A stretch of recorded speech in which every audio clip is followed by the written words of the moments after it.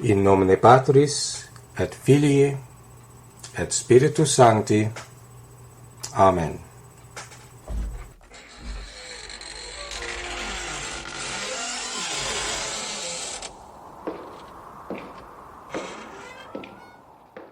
I'm Richard Titoni with a story. She-Wolf is by Otis O'Toole. Otis did voice acting for Daniel Bloden. She-Wolf. A light tapping at her thermal pane window. Grandma listened closer with acute hearing.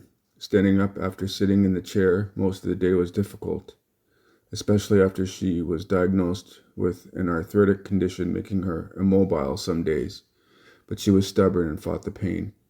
As she walked a few steps across the living room area into the bathroom, she turned off the running faucet from her tub and closed the shower curtains. She shook her head, walked back towards the living room window, peered outside into the darkness and wondered, when would Danielle visit? The neighborhood was pitch black. The only light shone intensely from the full buck moon hanging over Willamette Valley. There was a lonely cover of darkness. She listened to her beating heart and the clock. The sound from one of two analog clocks in the living room of the mobile home, a confined space, but home, and she really couldn't imagine living a different life. Grandma heard more tapping, soon some scratching, then clawing coming from the front door. The obese lady smiled, thinking a stray cat just wanted to play. The door opened a crack before it was violently forced wide open. Sharp claws gouged the sockets of her eyes. She screamed as blood dripped from her swollen shut eyes.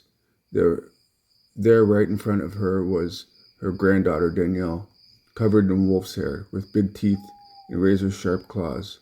Her claws grabbed her sagging breasts and tore her blouse wide open. A drop of the shirt and the wolf woman revealed her hairy chest. Grandma dropped all the way to the ground, landing with a thump on the pumpkin, smashing it and crushing it to bits. It was Saturday night and the entire community left early that morning. There wasn't anyone around.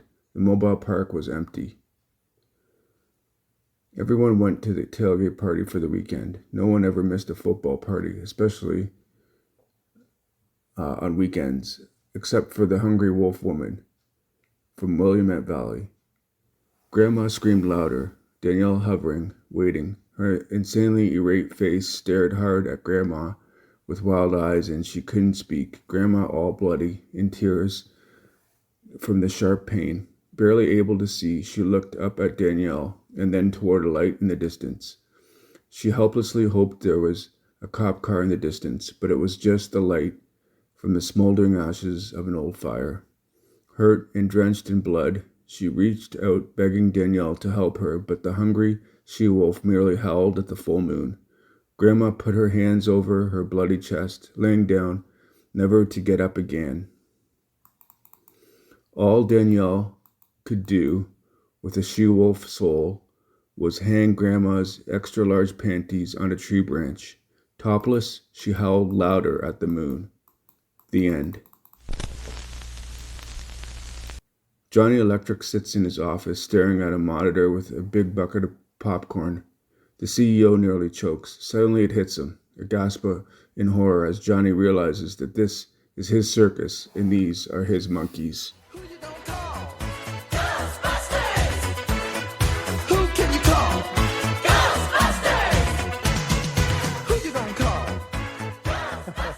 Okay, Johnny Carson, and you have to talk about costume parties. Costume parties?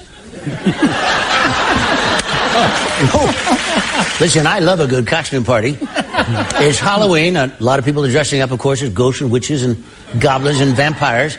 But this year, I've decided I'm going as the scariest creature in the world, my ex-wife. You're listening to WRICH Radio's Halloween edition of The Daniel Bloden Show. Coming to you from the basement studio on the reserve at Hellstead Apartments. I'm sitting here with a bow and arrow, wearing native tribal clothing with a genuine eagle feather in my cap, and it doesn't even have to be Halloween. But it's a good excuse to get jacked on caffeine. I'm drinking coffee. I'm on my 7th cup of the day. Oh! I'm jacked up and wolfing out.